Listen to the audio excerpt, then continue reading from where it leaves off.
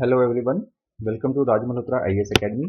आज की वीडियो में जो हम टॉपिक कवर कर रहे हैं ओशनोग्राफी चैप्टर से टॉपिक है temperature distribution of the ocean and salinity distribution of the ocean. तो ये दो टॉपिक हम आज के लेक्चर में कवर करेंगे। तो starting with the very first topic that is horizontal distribution of the temperature. तो जब हम हॉरिजॉन्टल डिस्ट्रीब्यूशन की बात करते हैं टेम्परेचर के, तो फर्स्टली जो फैक्टर्स हैं जो इस हॉरिजॉन्टल डिस्ट्रीब्यूशन को इम्पैक्ट करते हैं, अफेक्ट करते हैं, तो उनको चार पार्ट में कैटेगराइज किया गया है। सबसे फर्स्ट इज लैटिट्यूड पे निर्भर करेगा कि ओशन का टेम्परेचर किस क्राइटेरिया के अनुसार घटेगा या बढ़ेगा। दूसरा फैक्टर है एयर सर्कुलेशन सिस्टम और air currents. Third is your ocean currents. Fourth is contact with the land and surface. तो एक एक टॉपिक को हम समझते हैं कि किस हिसाब से ये ओशन के टेम्परेचर को पे प्रभाव डालते हैं।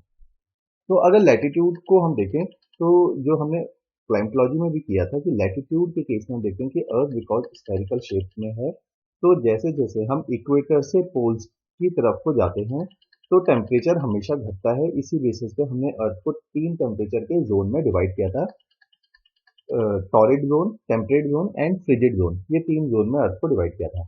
लेकिन सेम ऐसा ही कॉन्सेप्ट हमारा ओशनोग्राफी में भी लगेगा कि ओशन का जो टेम्परेचर है, जैसे जैसे लैटिट्यूड बढ़ेंगे तो ओशन का टेम्परेचर घटता चला जाएगा दोनों तरफ। तो इसलिए लैटिट्यूड एक डिटरमाइनिंग फैक्टर है कि ओशन का टेम्परेचर कितना रहेगा। सेकेंड फैक्टर डिटरमाइन करता है ओशन के टेम्परेचर को is air circulation system. Air circulation system आप देखिए, क्योंकि air circulation system oceanic circulation system को शेप में लाता है, तो इसलिए जिस ओशन करंट्स को जब हम स्टडी करेंगे तो you will get to know कि कैसे जो ओशन करंट्स हैं वो ओशन के टेम्परेचर को इम्पैक्ट करते हैं। जैसे एग्जांपल लेते हैं कि let suppose this is south America and this is Africa. अगर एक ओशन का करंट चल रहा है जो इस दिशा में चलेगा फ्रॉम, इसको हम बोलेंगे नॉर्थ इक्वेटोरियल करंट। ये नॉर्थ इक्वेटोरियल करंट यहाँ से पानी को पिक करके इस तरफ में ईस्टवर्ड डायरेक्शन, वेस्टवर्ड डायरेक्शन में लेके इकट्ठा कर देगा। तो ये गर्म पानी को यहाँ से यहाँ एक्यूमुलेट करेगा, तो यहाँ पे वार्म वाटर हो जाएगा और इधर ईस्टर्न साइड पे कोल्ड वाटर रहेगा। तो इसलिए आप देखोगे कि सेम ही लैटिट्यूड, जैसे हमने एक क्राइटेरिया पढ़ा कि लैटिट्यूड के अनुसार ओशन का टेम्परेचर वेरी करता है। अब यहाँ पे हम देखेंगे कि लैटिट्यूड में, एक ही लैटिट्यूड में अलग अलग वेरिएशन आ जाएगी। यहाँ पे कोल्ड वाटर हो जाएगा और यहाँ वार्म वाटर आ जाएगा। तो इस हिसाब से ओशन करंट्स भी टेम्परेचर को डिटरमाइन करते हैं कि एक लैटिट्यूड में भी जो वेरिएशन है टेम्परेचर की वो ओशन करंट के द्वारा लाई जा सकती है।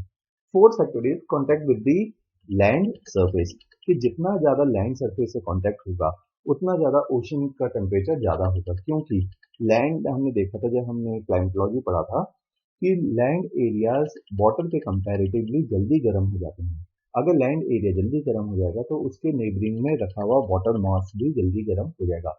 इसलिए जितना वाटर मास का कांटेक्ट लैंड से होगा उतना ज्यादा उसका टेम्परेचर होगा। इसको हम समझते हैं कि जैसे नदर्न हेमिस्फीयर में यदि आप देखेंगे तो नदर्न हेमिस्फीयर में लैंड मास ज्यादा है as compare to the southern hemisphere. इसलिए नदर्न हेमिस्फीयर के ओशंस का भी टेम्परेचर सदर्न हेमिस्फीयर के ओशन के टेम्परेचर से ज्यादा होता है, क्योंकि वो ज्यादा लैंड के कांटेक्ट में होता है। और अगर हम देखेंगे Indian ocean and Atlantic ocean का भी टेम्परेचर ज्यादा होता है पैसिफिक ओशन से, क्योंकि पैसिफिक ओशन बहुत बड़ा ओशन है, उसका लैंड से कांटेक्ट कम है as compare to the Indian and Atlantic ocean. तो और इसको और अगर हम समझते हैं कि अगर जो एनक्लोज्ड सीज होते हैं, जैसे कि अगर रेड सी देखेंगे, मेडिटेरियन सी देखेंगे, जो पार्शली एनक्लोज्ड सी हैं, बहुत ही थोड़े सा कांटेक्ट है इनका ओपन सी के साथ, तो इनका टेम्परेचर हमेशा उस ओपन सी के कंपैरेटिवली, ओशंस के कंपैरेटिवली ज़्यादा होगा, क्योंकि इनका लैंड के साथ कांटेक्ट ज़्यादा है। तो इस हिसाब से contact with the land will also determine the temperature of the water body और ओशन इन जनरल। ये जो अभी तक हमने सारा कॉन्सेप्ट समझा है कि किन फैक्टर्स पर निर्भर करेगा टेम्परेचर, इसको हम समझ सकते हैं टेम्परेचर डिस्ट्रीब्यूशन। ये जनवरी का मंथ है। जनवरी का मंथ का मतलब है कि equator is, sun is over the southern hemisphere, इसलिए सदर्न हेमिस्फीयर में सन है। तो अगर आप देखेंगे Australia and South Africa and Argentina, इन कंट्रीज में इस टाइम पे समर्स होंगी। तो यहाँ पे अगर आप टेम्परेचर देखोगे तो 30 डिग्री के अराउंड टेम्परेचर का ग्राफ जा रहा है, लेकिन नदर्न हेमिस्फीयर में ये टेम्परेचर का ग्राफ कम है। इस डायग्राम में आप देखेंगे कि अब जुलाई का टाइम है और इस टाइम पे नदर्न हेमिस्फीयर में सन होता है, इसलिए यहाँ पे आप देखेंगे maximum of the temperature is receive. This is your Sahara desert, this is the Sonoran desert and this is the central Asian desert and Thar desert. आप यहाँ देखेंगे high temperature is being recorded. तो जो टेम्परेचर है वो latitude season in सबके ऊपर निर्भर करेगा। ये जनरलाइज पिक्चर है टेम्परेचर की। अगर आप देखेंगे तो here we are having equator. तो आप देखेंगे नदर्न हेमिस्फेयर में the temperature is larger than the temperature in the southern hemisphere, क्योंकि it has more contact with the land surface. Next हम पिक कर रहे हैं टॉपिक कि एक तो हमने देखा कि कैसे हॉरिजॉन्टल टेम्परेचर का डिस्ट्रीब्यूशन है ओशंस के अंदर। दूसरा टॉपिक है कि वर्टिकली ओशंस के अंदर टेम्परेचर किस हिसाब से डिस्ट्रीब्यूटेड होता है। तो हमें समझना पड़ेगा कि जो ओशंस का टेम्परेचर है ये बेसिकली सन से ड्रिवन है। ये ओशंस 90% अपनी एनर्जी सन से ही डिराइव कर रही हैं। तो इसका मतलब जो टॉप लेयर है ओशन की, जहां पे मैक्सिमम सनलाइट रिसीव्ड है, जिसको हम बोलेंगे फोटिक जोन। फोटिक जोन का अर्थ है जहां पे सन की लाइट पेनिट्रेट कर सकती है। तो सन की लाइट कुछ मीटर तक ही पेनिट्रेट कर पाती है। तो जहां तक पेनिट्रेट करती है इस लेयर को बोला जाता है फोटिक जोन। और मिक्स्ड लेयर, मिक्स्ड लेयर बोलने का अर्थ है यही वो लेयर है जहां पे वेव फिनोमिना है, जहां पे टाइड है और जहां पे ओशन करंट्स के भी फिनोमिना है। तो ये तीनों लगातार वाटर की मिक्सिंग करते रहेंगे, इसलिए इसको मिक्स्ड लेयर बोला जाता है। तो 200 मीटर तक ओशन के अंदर 200 मीटर तक टेम्परेचर हमेशा यूनिफॉर्म रहता है, क्योंकि ये लेयर में हमेशा exchange of water is there. तो इसकी वजह से तो जो टॉप लेयर है ओशन की, इसका टेम्परेचर नीचे वाली लेयर से सबसे ज़्यादा है, क्योंकि ये सनलाइट को रिसीव कर रहा है। फिर जैसे जैसे हम ओशन के नीचे जाएंगे तो डार्कनेस बढ़ेगी, सनलाइट पेनिट्रेट नहीं कर पाएगी। अब ओशन के टेम्परेचर में गिरावट आएगी। तो जिस पॉइंट ऑफ कॉन्टेक्ट, जिस पॉइंट ऑफ टाइम से गिरावट आती है और जब तक गिरावट चली जाती है, इस एरिया को बोला जाता है थर्मोक्लाइन। थर्मो का मतलब है टेम्परेचर, क्लाइन का अर्थ है कि गिरावट आना या बढ़ जाना, बेसिकली चेंज होना। तो अचानक से जो टेम्परेचर में चेंज आता है उसको बोला जाता है क्लाइन। तो ये एक ऐसी लेयर है 200 से 1000 मीटर तक जहां पे टेम्परेचर में गिरावट आती है और उसके बाद फिर मिनिमम टेम्परेचर रिसीव हो जाता है और डेप्थ के साथ अब टेम्परेचर में कोई वेरिएशन भी नहीं आती है। तो ये जो टेम्परेचर है ये तकरीबन तकरीबन 4 डिग्री सेल्सियस के आसपास होता है, कि जीरो नहीं पहुंच पाता, फ्रीज नहीं होता ओशन का फ्लोर और 4 डिग्री पे ही सीमित हो जाता है। तो ओशन का जो टेम्परेचर है वो डेप्थ के साथ लगातार घटता रहता है। टॉप लेयर को बोला जाता है मिक्स लेयर, जहां पे लगातार मिक्सिंग होती है वाटर की, यहाँ पे मैक्सिमम टेम्परेचर होता है। उसके बाद तकरीबन 200 मीटर के बाद टेम्परेचर में गिरावट आती है, इस गिरावट को बोला जाता है थर्मोक्लाइन लेयर। और जब ये गिरावट आके रुक जाती है एक पर्टिकुलर टेम्परेचर पे और उससे ज़्यादा टेम्परेचर नहीं डिप होता, उसको बोला जाता है डीप ओशन वाटर। और ये तकरीबन 4 डिग्री सेल्सियस के आसपास ही रहता है। तो नेक्स्ट डायग्राम में आप देखेंगे कि वर्ल्ड में अगर हम देखेंगे तो मैक्सिमम सरफेस लेयर जो ओशन का है वो मैक्सिमम टेम्परेचर होगा ट्रॉपिकल एरियाज में, फिर वो थोड़ा सा टेम्परेचर में घट जाएगा और फ्रिजिड जोन में, चाहे ओशन की टॉप लेयर है, ओशन की बॉटम लेयर है या बीच वाली लेयर है, सब में एक जैसा ही टेम्परेचर होता है। इसलिए थर्मोक्लाइन मीन टेम्परेचर में गिरावट वाली जो फिनोमिना है वो high latitude means frigid zone का फिनोमिना नहीं होता, ये टेम्परेट एंड ट्रॉपिकल एरिया का फिनोमिना होता है। इस डायग्राम में आप देख सकते हैं कि दिस इज टेम्परेट लैटिट्यूड, ये इक्वेटर है 0 डिग्री। 0 डिग्री से दूर जाएंगे ये तकरीबन 30 डिग्री है। कि यहाँ पे आप देखेंगे कि थर्मोक्लाइन लेयर है, यहाँ पे मिक्स लेयर, उसके बाद गिरावट लेयर में आ रही है और उसके बाद डीप ओशन फ्लोर ऑलमोस्ट, चाहे वो 0 डिग्री का ओशन फ्लोर हो चाहे वो 90 डिग्री का ओशन फ्लोर हो, कि डीप ओशन फ्लोर का टेम्परेचर हमेशा एक जैसा ही रहता है। तो इसका मतलब है कि ऑलमोस्ट वर्ल्ड के सारे ओशन का टेम्परेचर जो है डीप एक पर्टिकुलर डेप्थ के बाद सेम हो जाता है। तो इसलिए डीप ओशन फ्लोर का हमेशा यूनिफॉर्म ही टेम्परेचर माना जाता है। तो इस डायग्राम में ये डिपिक्ट कर रहे हैं। जैसे आप देख सकते हैं ये सरफेस लेयर है जिसका मैक्सिमम टेम्परेचर है। ये पिक्नोक्लाइन का मतलब होता है, पिक का मतलब होता है डेंसिटी, कि इस पर्टिकुलर डेप्थ के अंदर डेंसिटी की वेरिएशन आती है और इसके बाद एक यूनिफॉर्म टेम्परेचर पूरे ओशन फ्लोर का हो जाता है। तो means irrespective of the latitude deep ocean floor has the same temperature and density. Next topic की तरफ अब हम मूव करते हैं। टॉपिक है कि कौन से वो फैक्टर्स हैं जो सैलिनिटी को प्रभाव करते हैं। तो सबसे पहले हमें समझना पड़ेगा कि सैलिनिटी क्या होती है।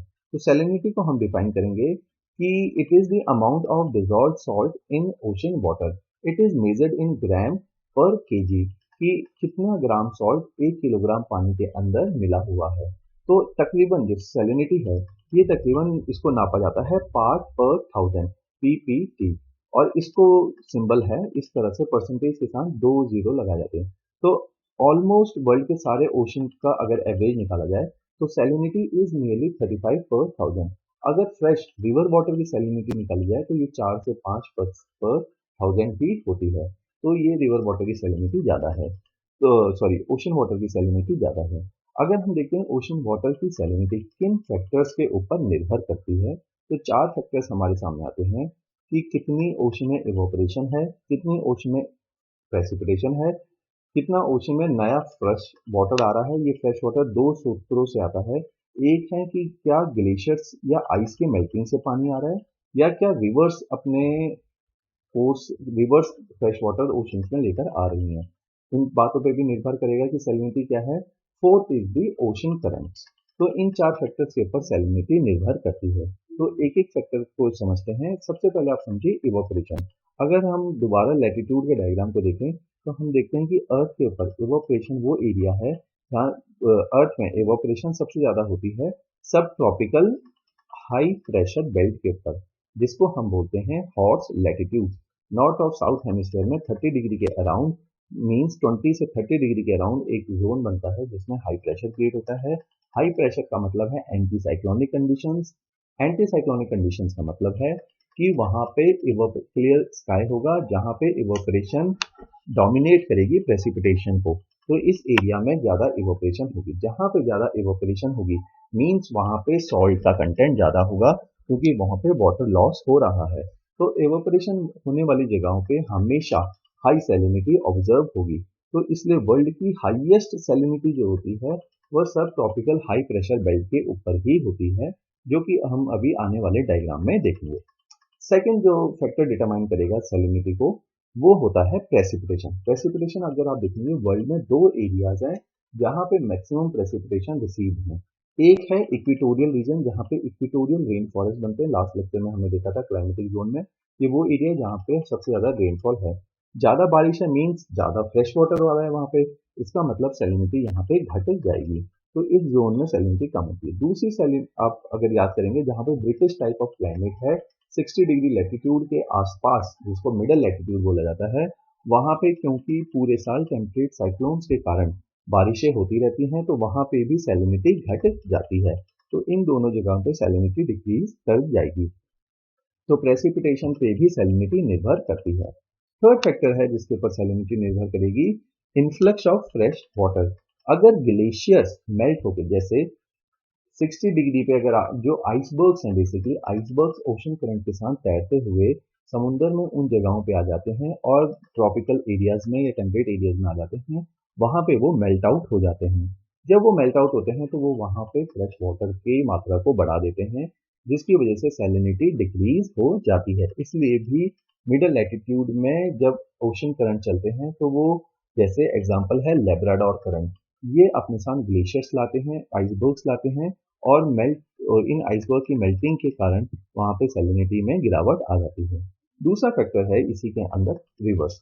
रिवर्स अपने साथ फ्रेश वाटर लाते हैं और सैलिनिटी को डिक्रीज कर देते हैं। इसका बहुत अच्छा एक एग्जांपल है कि इंडिया के इस वाले पार्ट में जहाँ पे रिवर्स गिर रही हैं, ईस्टर्न कोस्ट ऑफ इंडिया जहाँ पे गंगा ब्रह्मपुत्र डेल्टा है, कृष्णा गोदावरी कावेरी जैसी माइटी रिवर गिरती हैं, यहाँ पे बे ऑफ बंगाल की सैलिनिटी हमेशा कम होती है अरेबियन सी से, क्योंकि अरेबियन सी में कोई बड़ी रिवर नहीं गिर रही, चारों तरफ इसका लैंड मास है और हाई रेट ऑफ इवोपरेशन है। यहाँ पे आप देखेंगे कि सारे डेजर्ट कंट्री है, इराक, ईरान, सऊदी अरेबिया, ये सारे कंट्रीज, यमन, ओमान, ये सारे ही डेजर्ट लाइक कंडीशंस हैं। तो यहाँ से कोई भी बड़ी रिवर अरेबियन सी में नहीं गिरती, इसलिए अरेबियन सी की जो है सैलिनिटी कम ज्यादा होती है as compare to Bay of Bengal. दूसरा इसका एक एग्जांपल है, एक सी है ब्लैक सी, यूरोप और एशिया के बीच में। इस ब्लैक सी के अंदर यूरोप की 5 बहुत बड़ी रिवर गिरती हैं जो इस ब्लैक सी की सैलिनिटी 18 पर थाउजेंड तक ले आती हैं, जो कि सी के लिए बहुत कम सैलिनिटी वाली बात है। जैसे इसमें जो रिवर हैं उनका नाम है डॉन, नाइपर, डेन्यूब, जो कि इसके अंदर या डेनिस्टर इस ब्लैक सी के अंदर गिरती हैं। अगर आप कंपेयर करेंगे रेड सी को और मेडिटेरियन सी में, यहाँ पे कोई बहुत बड़ी रिवर नहीं गिरती है, इसलिए इनकी जो सैलिनिटी है वो तकरीबन 40 पर 1000 पे आ जाती है। तो इस तरह से आप देख सकते हैं कि सैलिनिटी का जो ग्राफ है वो अगर हम इस सैलिनिटी के ग्राफ को अर्थ के ऊपर लैटिट्यूड वाइज डिपिक्ट करें तो this is the zone of tropical rain forest, जहाँ पे ज़्यादा बारिश होती हैं, या इक्वेटोरियल जो हम बेल्ट पढ़ते हैं, हॉट एंड हाई टेम्परेचर है यहाँ पे, hot and high temperature and high precipitation है। यहाँ पे आप देखेंगे जो प्रेसिपिटेशन है, reddish precipitation will exceed the evaporation, और यहाँ पे ज़्यादा बारिशें होती हैं। अब जैसे ही ट्रॉपिक से थोड़ा दूर चले जाएंगे, जहाँ पे इक्वेटर से दूर जाके ट्रॉपिकल एरियाज में आएंगे, जहाँ पे आपने देखा था सब ट्रॉपिकल हाई प्रेशर बेल्ट है, वहाँ प्रेसिपिटेशन और इवापोरेशन के बीच में इतना बड़ा गैप क्रिएट हो गया है जहाँ पे डेजर्ट्स बनेंगे, क्योंकि यहाँ पे इवापोरेशन एक्सीड करेगी, और यहीं पे सब ट्रॉपिकल हाई प्रेशर बेल्ट भी बनेगी, जिसकी वजह से एंटी साइक्लोनिक कंडीशंस हैं। आप देखेंगे प्रेसिपिटेशन कितनी घट गई है यहाँ पे, जिसकी वजह से सैलिनिटी बढ़ जाएगी। उसके बाद आप देखेंगे लगातार ही इवापोरेशन अब घटने लग गई है, क्योंकि टेम्परेट लैटिट्यूड आ गए हैं, सन की उतनी ज़्यादा इफेक्टिवनेस नहीं है, और ये दोनों के बीच में जो डिफरेंस है वो मैक्सिमाइज हो जाएगा। आप देखेंगे 60 डिग्री के बियॉन्ड, और यहीं पे हैं टेम्परेट साइक्लोन्स बनते हैं, इसलिए यहाँ पर भी सैलिनिटी बहुत ही ज़्यादा कम हो जाएगी। तो ये सैलिनिटी का ग्राफ है in compared to the with respect to the latitudes. इस ग्राफ में भी आप देख सकते हैं कि किस हिसाब से आपकी सैलिनिटी लैटिट्यूड के साथ, एक बार इक्वेटर पे बहुत कम सैलिनिटी है, उसके बाद ये सब ट्रॉपिकल हाई प्रेशर बेल्ट में बढ़ेगी, और उसके बाद अचानक से सैलिनिटी गिरने लगेगी, क्योंकि उसके बाद इवापोरेशन इनइफेक्टिव हो जाएगी, और प्रेसिपिटेशन रिसीव जितनी भी है वो इफेक्टिव प्रेसिपिटेशन रिसीव हो जाएगी। ये आप सैलिनिटी का ग्राफ देख सकते हैं वर्ल्ड के कंपैरेटिवली। जैसे हमने बोला था, इंडिया के अंदर बे ऑफ बंगाल की सैलिनिटी कम होगी 34 as compare to the Arabian Sea, जिसकी 36 सैलिनिटी है। ये आप देख सकते हैं, this is the Black Sea, इसकी भी सैलिनिटी बहुत कम है। This is Atlantic ocean. तो आप देखेंगे सैलिनिटी कैसे घट रही है। ये वो एरिया है जिनको सब ट्रॉपिकल हाई प्रेशर बेल्ट बोला जा रहा है, यहाँ पे मैक्सिमम सैलिनिटी होती है। This is the equatorial region. Equator पे आप देखेंगे सैलिनिटी 35 है, लेकिन सब ट्रॉपिकल में फिर बढ़ गई 37, और फिर सैलिनिटी घटने लग गई। ये वो एरिया है जहाँ पे आइसबर्ग्स आके मेल्ट होते हैं, इसलिए भी आप देखेंगे यहाँ 37 से 36, 34 सैलिनिटी घट रही है, और जैसे जैसे हम पोल्स की तरफ को जाएंगे सैलिनिटी घटती चली जाएगी।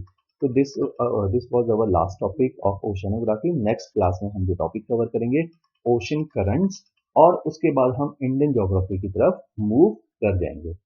Thank you.